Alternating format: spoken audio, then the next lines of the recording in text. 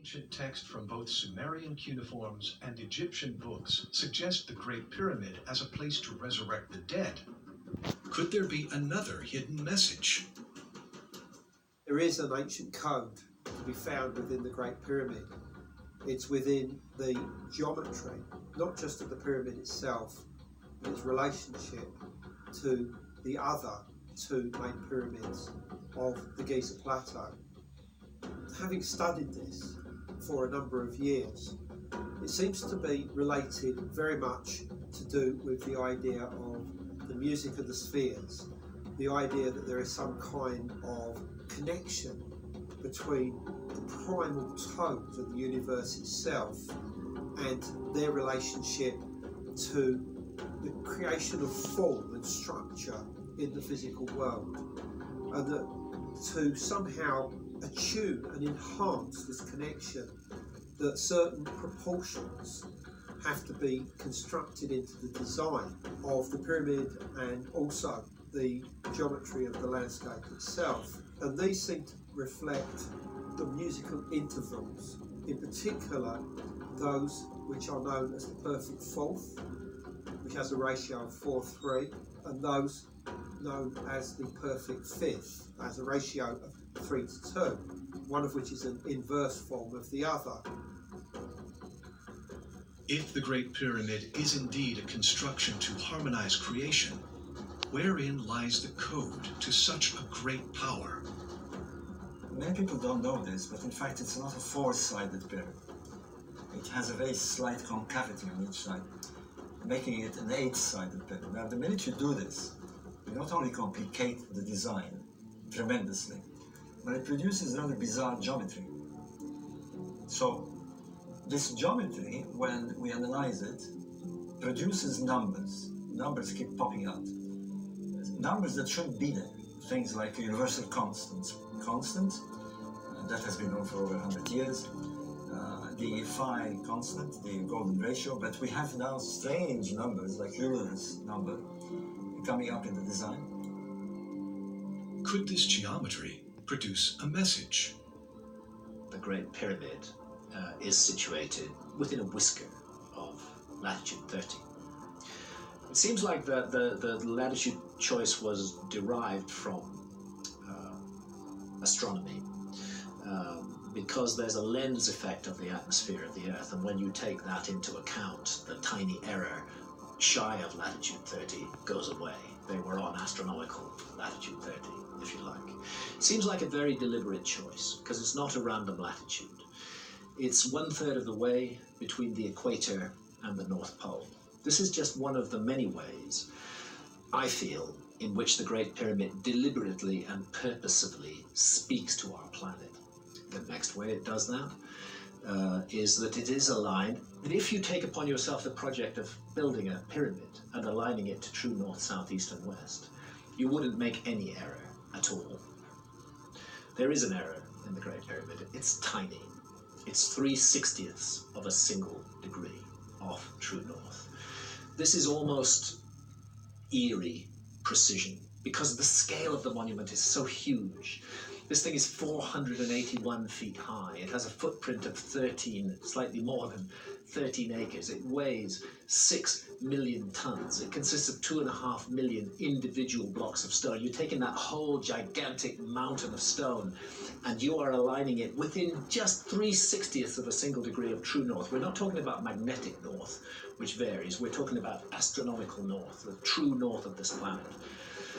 It's a very remarkable thing, and that's the north of this planet. Once again, the Great Pyramid is speaking to the Earth. Could the pyramid be revealing something else about our planet? Then you find something else as you go deeper.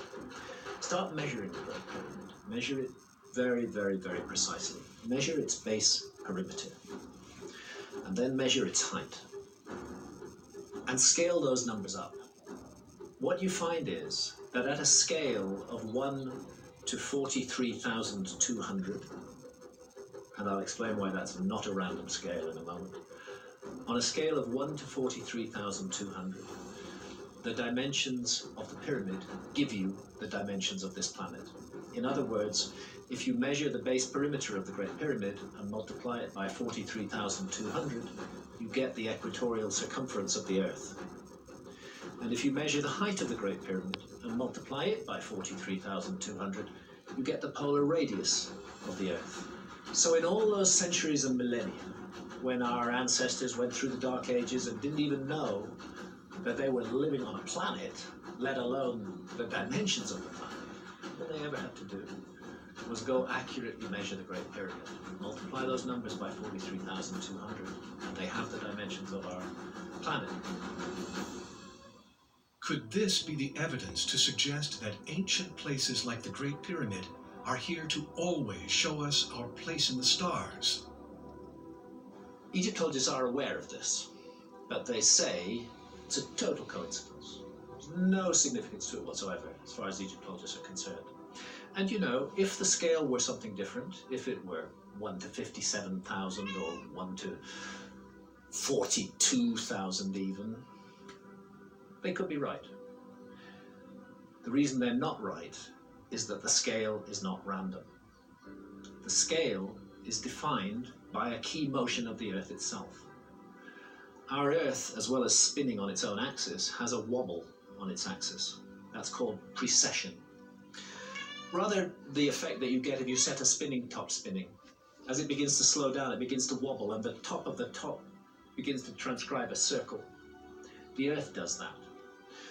If you take the extended north pole of the Earth and extend it out into the heavens, you'll find that today in our time it's pointing at a star we call Polaris. That's our pole star. But it hasn't always pointed at Polaris, and it won't always point at Polaris in the future. Sometimes it'll point at empty space. Sometimes it pointed and will point at other stars. There was a time when Thuban in Draco was the pole star. That's because of the precessional wobble on the Earth's axis. The extended north pole of the Earth isn't always pointing at the same place. Over a cycle of 25,920 years, it's doing that. That's why the pole star changes. At the same time, on the horizon, and we know that ancient cultures had a great interest in particular moments of the year, particularly the equinoxes, when night and day are of equal length. It was an obsession of ancient cultures. What was the constellation that lay in the place on the horizon where the sun rose on the spring equinox? What was the constellation that housed the sun? This is familiar language in astrology. What's the constellation that housed the sun on the spring equinox? In our epoch, it's the constellation of Pisces. We live in the age of Pisces, near the end of it, as a matter of fact. It's not an accident that the early Christians used the fish as their symbol, because Christianity began at very near the beginning of the age of Pisces. Each one of these zodiacal ages lasts for 2,160 years. And then the sun transits out of, on the equinox, transits out of one constellation and into another. So we indeed do live in the dawning of the age of Aquarius. Because of the precessional motion of the Earth, because of this change, this wobble on the Earth's axis, the constellation that houses the sun on the equinox is shifting out of Pisces and into Aquarius. That shift will be complete within the next 100 or 150 years. What we have here is a process that operates at the rate of 1 degree every 72 years. We allocate 30 degrees to each of the 12 constellations of the zodiac. Multiply 72 by 30 and you get 2,160. That's a zodiacal age. Take the whole cycle of the zodiac, the whole 12 constellations, each with 2,160 years housing the sun on the spring equinox, and you get what the ancients called the Great Year, when everything cycles back to the beginning and the whole process starts again. Do you follow? That's 25,920 years. The heartbeat is 1 degree every 72 years. It is defined by a key motion of our planet. That number, 43,200, is a multiple of 72. It's directly related to that number. And it's not as though we're confined to Giza and the Great Pyramid. Those numbers are found all over the world. They're found in ancient mythology. Osiris, after all, was killed by Set and his 72 conspirators. the number occurs in the ancient Egyptian texts. It occurs in the number of syllables in the Rig Veda. In India, it occurs in Norse mythology. It's found all around the world. There's an intense focus on this system of numbers. So it can't be an accident that the same system of numbers crops up in the Great Pyramid, and that not only does the Great Pyramid give us the dimensions of the Earth, but that it does so on a scale defined by the Earth itself. That's an incredibly clever piece of work that we're looking at there. Could the ancient builders have given us a monument to decode our human existence? Interestingly enough, the numbers Tesla was obsessed with show up in the equations of the Great Pyramid.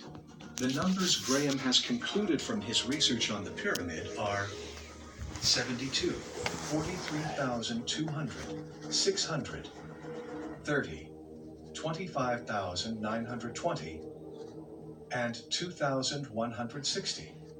And all of those numbers either equal 3, 6, or 9.